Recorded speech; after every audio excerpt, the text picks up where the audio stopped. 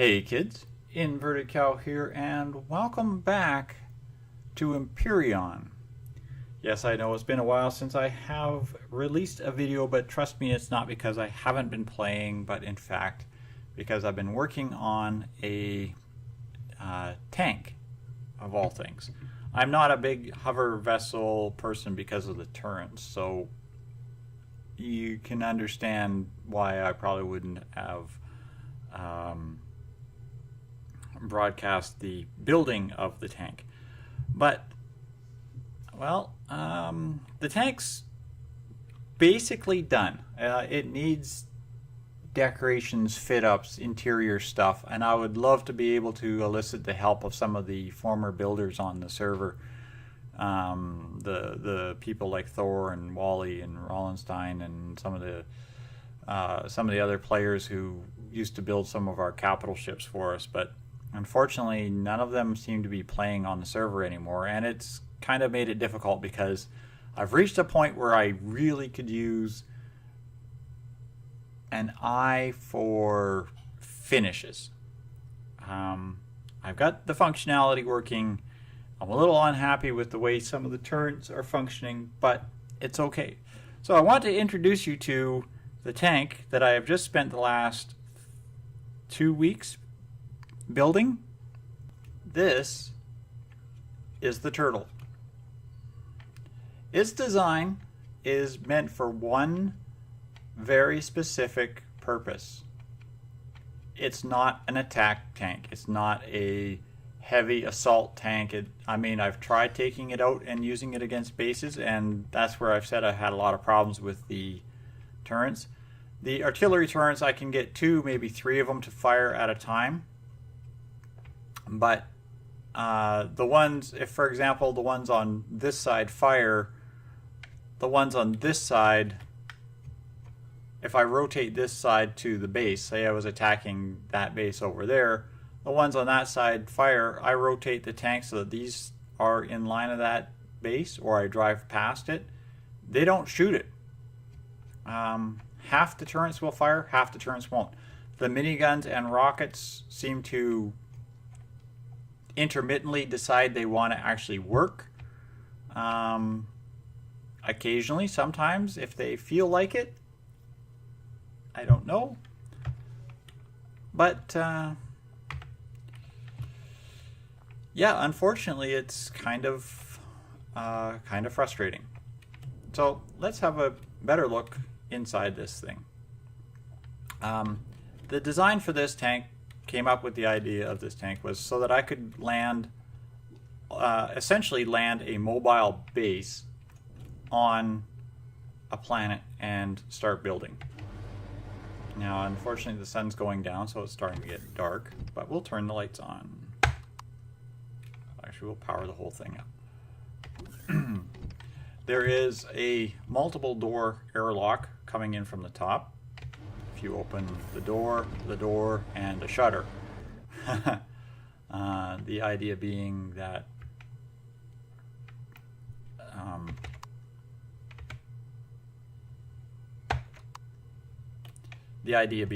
it's hard to get in, and there's also access doors. Now you can launch a drone from right here inside the structure. I've got to spray there, overspray. So you can actually send a drone out and keep your airlock safe. 6 refrigerators and 4 constructors on the bridge deck area, and as you can see, the bridge has basically been left almost completely unfinished. This portal here will take you down to the main deck area, which is essentially a large ring, also mostly unfinished. I've put a bunch of cargo containers, ammo boxes, that sort of thing in here, just to give it some storage. I mean, this will eventually be cargo and storage areas. As you can see, everything is unfinished. You come around this side, of course, and there is another access to the interior, the middle.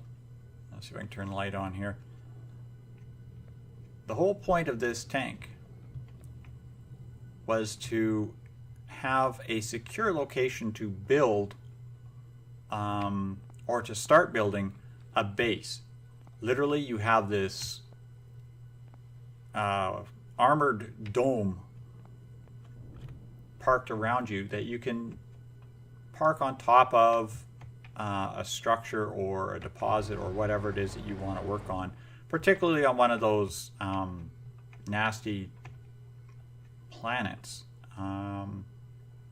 the Jupiter planets, the mining planets that we had. And you can actually work underneath it relatively uninterrupted.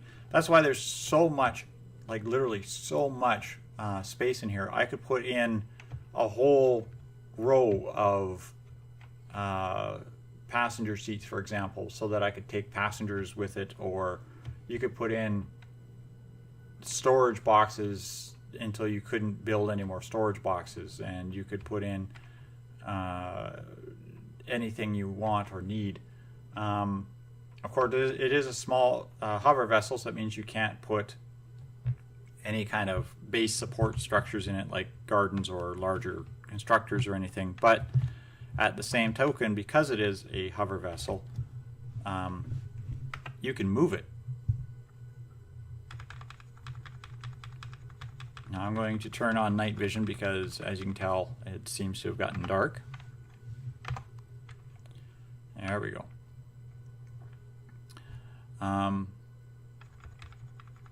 We'll scroll this down just a wee bit more. And lift it off the ground. It's not exactly the most beautiful or amazing or high speed. There is a reason I did call it the Turtle.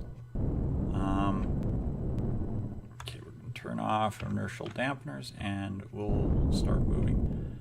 It doesn't have a great acceleration speed.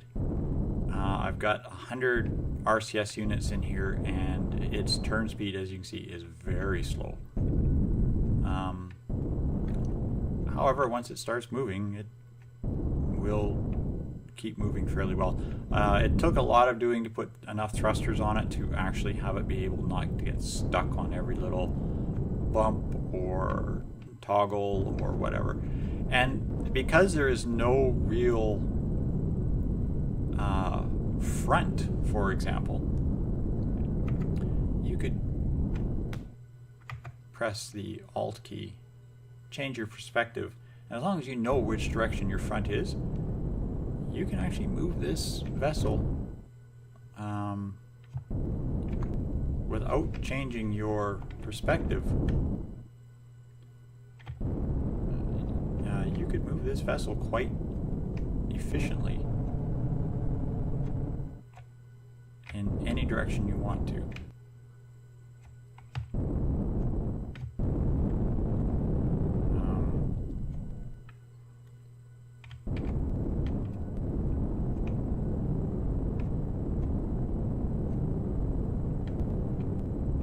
And yes, if I bring up F6, there we go. If I bring up F6, you can see that it will actually achieve a fairly good rate of speed.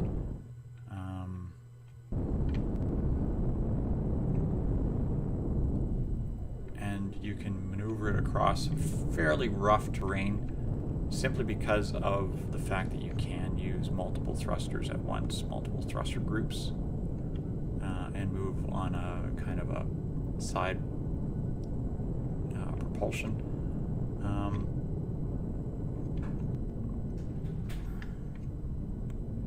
As I said, it is not meant as a heavy battlecraft. Although it is armed with the artillery turrets all over the place, it will not shoot. It does not shoot very well.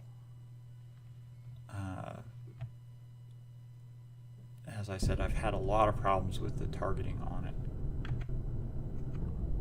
Oops, let's turn off the So we're going to move it over to where there's some hostile bases here, and I'll show you how it handles, assuming that the bases are still there.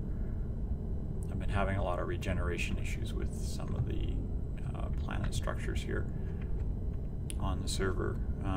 Server host is aware of it. Unfortunately, I don't think there's much they can do because Elyon has changed some coding.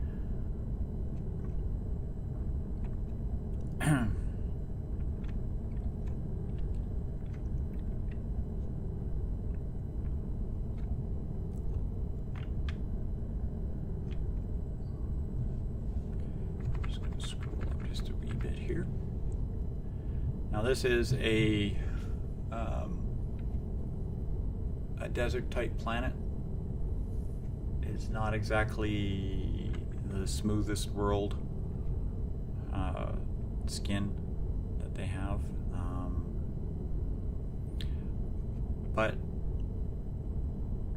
I do believe it does have normal gravity, which unfortunately the Jupiter worlds means it actually has higher gravity, but I'm not getting hooked on these valleys like you would with a normal quote unquote normal tank, which most people build is like a straightforward block, trying to build cars or structures that move. This is actually more of a mobile, as I said, it's meant as a mobile base.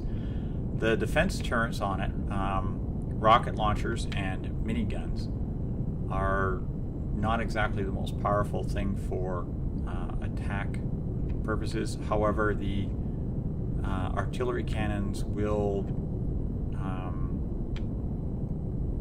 do damage to things if you actually get close enough to it. Now let's make sure I actually do have my weapons turned on. The other day I did not have them on. Okay, now we're hooked on our rock. This happens. There is a little bit of a thrust on it, but unfortunately, as you see, it kind of gives it a little bunny hop.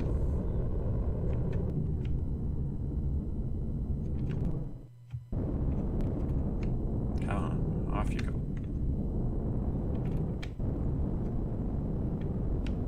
Try this one more time.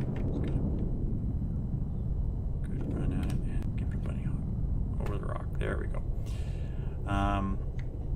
I've got 40 jump pads on here, and it barely moves it off the ground.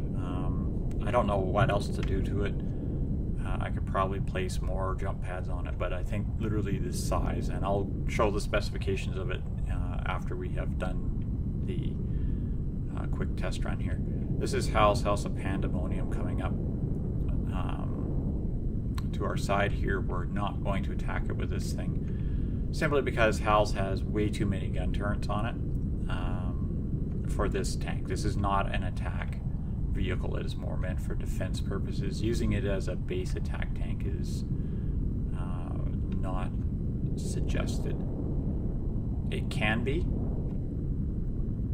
but it's not suggested. This other thing that's here is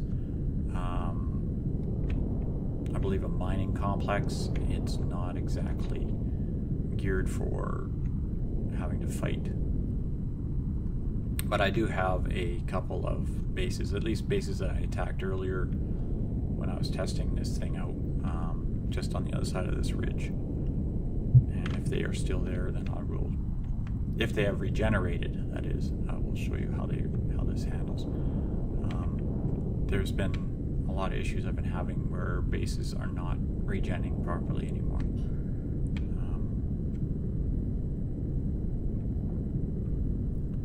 As you see, the top speed on this tank across flat or reasonably flat terrain with 2 thruster groups, I can hit about 20 kilometers or 20 meters per second.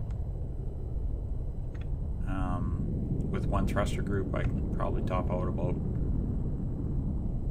I'll top out about 15, maybe 19. That's part of the reason why, if you're going, I suggest to use this tank, I suggest you use on actually an angle if you're wanting to move with any degree of speed. And you can hear miniguns and weapon turrets firing here. I think this thing is still pretty much destroyed. Yeah, they're shooting at stuff inside.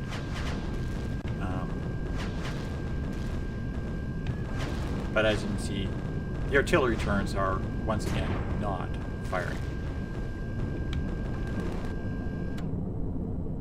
The minigun turrets, the rocket turrets, everything else will shoot at stuff. Oh, I had a minigun or an artillery turret decide to do something there. There we go. We got a couple artilleries firing that time. Part of it, I think, is the weapons tracking issue that they installed, where weapon turrets have to track. So if you're rotating or moving, the artillery turrets particularly do not track fast enough to do any damage. Now they're shooting at that base over there as well. There are no gun turrets on the surface of these bases. They're basically everything is inside. So as you can see, it's shooting at the ground, it's shooting at stuff underneath. Another big reason I don't particularly care for gun turrets at all. Things that they target on is ridiculous. But, I mean, this does put out a fairly hefty, when it is firing, will put out a fairly hefty wall of fire.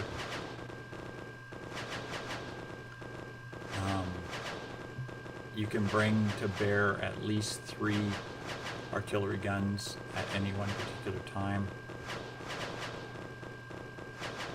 in any particular direction, which could prove to be very beneficial.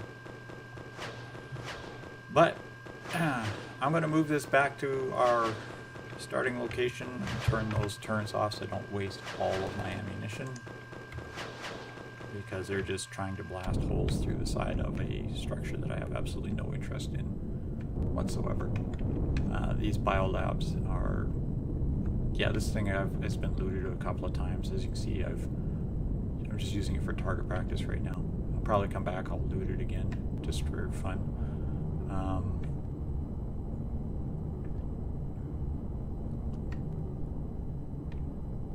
So I'm going to pause here. I'll pick it up as soon as we get back to the base, and then I'll do a review of this ship as a whole. Okay, we have made it back to our base. I'm just waiting for the sun to come up a little bit here, but I wanted to have a good view of the turtle tank as it sits, and I wanted to show you a couple of things here. First off, we're going to crack open the P menu, and we'll go into statistics.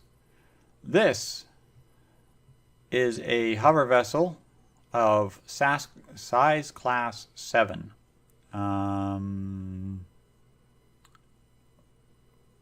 14,000 blocks with 47,000 triangles. Yes, there's a lot of triangles on this.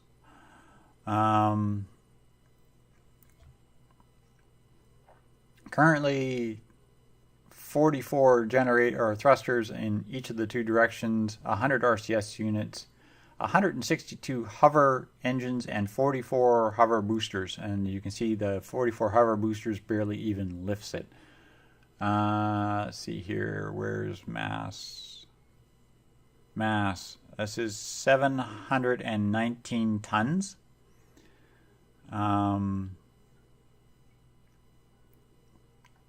Overall, it is not that large. I have ample supplies of fuel, and I've got 8 generators on it here, and I find that all 8 generators powered, or maximum thrusters powered, and the generators aren't straining.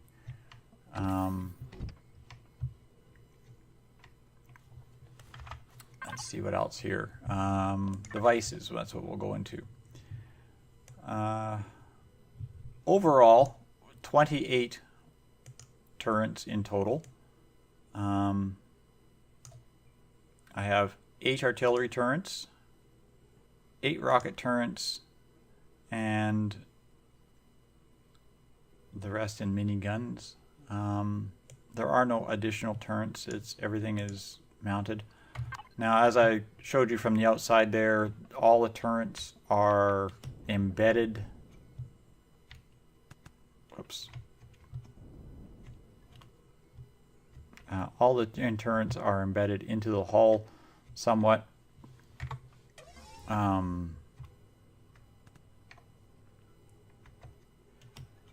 The artillery turrets, of course, are basically just poking straight out guns.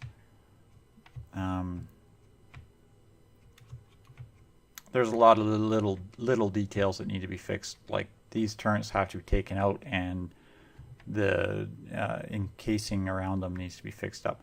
I put this glass here because if you ever occupy one of the turrets, you couldn't see through it with metal blocks. Now, when I originally built this ship, this vessel, I had planned on simply having it so that it would dock on a lander. Now I'm going to show you the lander here. I've kind of briefly walked past it earlier. The lander itself is not anything spectacular. It is a large thruster with a warp tank literally directly on top of it. Generators, directional thrusters, and that's about it. Cockpit inside here. Where this taper begins was where I had originally built that ship to sit. It actually would sit so that the taper here was equal to the base of the dome. So it would actually sit flush. The problem I had, of course, was, well, you couldn't undock it. It didn't have enough height to get off of the top of the thing. So I may have to redesign the lander yet again. But for now, it functions. So I'm going to dock this up and I'll show you how it works. And unfortunately, the reason I put the come on, jump. There we go. The reason I put the airlock in the center on the top here was literally because you couldn't access it from the main doors underneath. Now we're just going to rotate here so we are facing in the right direction. Should be in the right direction that way.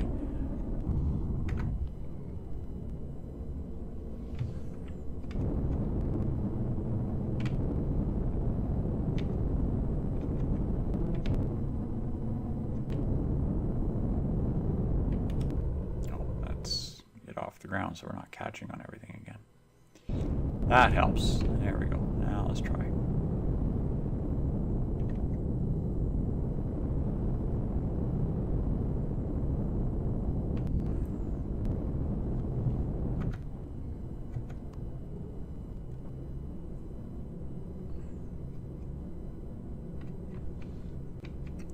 As you can see, it fits quite nicely over top of the whole thing. It does take a little bit of finessing to settle it down on top, but if you can do it right, it actually snaps in quite nicely. Of course, a person could just build a standard capital vessel and actually bring this thing along that way if they wanted to. But I built this docking ring for it so that I could literally dock this ship down onto the CV And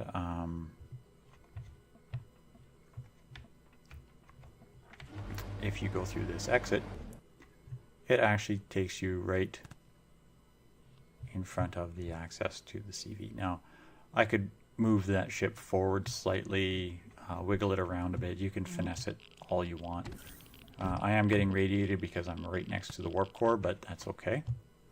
Now I'm going to show you this lander here that we built. Yes, that is a graphical glitch. I do not have a cockpit in front of me here. I am actually sitting, my head is obviously, because of the way this cockpit particular cockpit is sitting, my head is actually glitched into the ship. It's actually glitching into the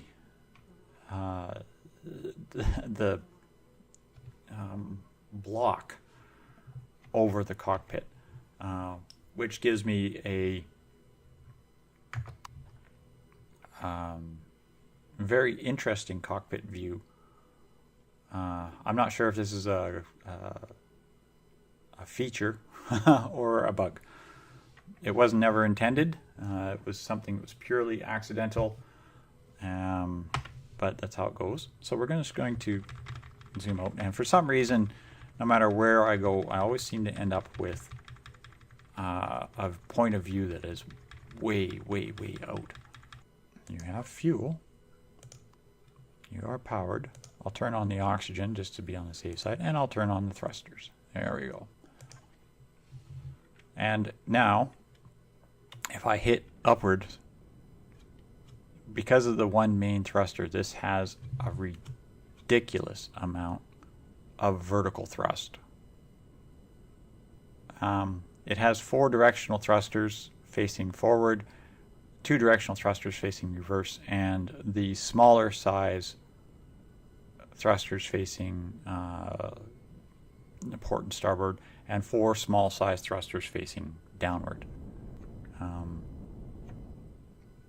The whole point of this was to literally lift the tank off, straight up, off of a planet, and fly it away. It wasn't meant for like space combat or flying around exploring the universe. This is strictly for one purpose, that is to lift this tank, transport it to a different location, that's why it has the warp core, and to land this tank. Now, because there is a issue with the access of the tank onto this ship, as you remember, I have a ramp coming up to the tank, or coming up to the CV. I suggest actually landing the CV in a body of water. The deeper the water, the better, because if you can completely submerge the CV, what will happen is you can just literally float the hover vessel off without any issues. Otherwise, you will have to do is build a access ramp like this to get on and off of the ship. But there we have it. That's the turtle tank and lifter. If I can get any interested parties involved in the final fit up, painting, texturing, that kind of thing of this base building tank, that would be awesome. I will publish that to the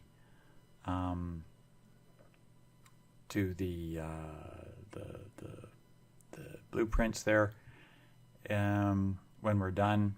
Anybody wants to help out with the build on that, that would be great. If not, and people are interested in just seeing the raw tank as it sits, let me know and I'll share that instead. So thanks all for watching, kids, and good night for now.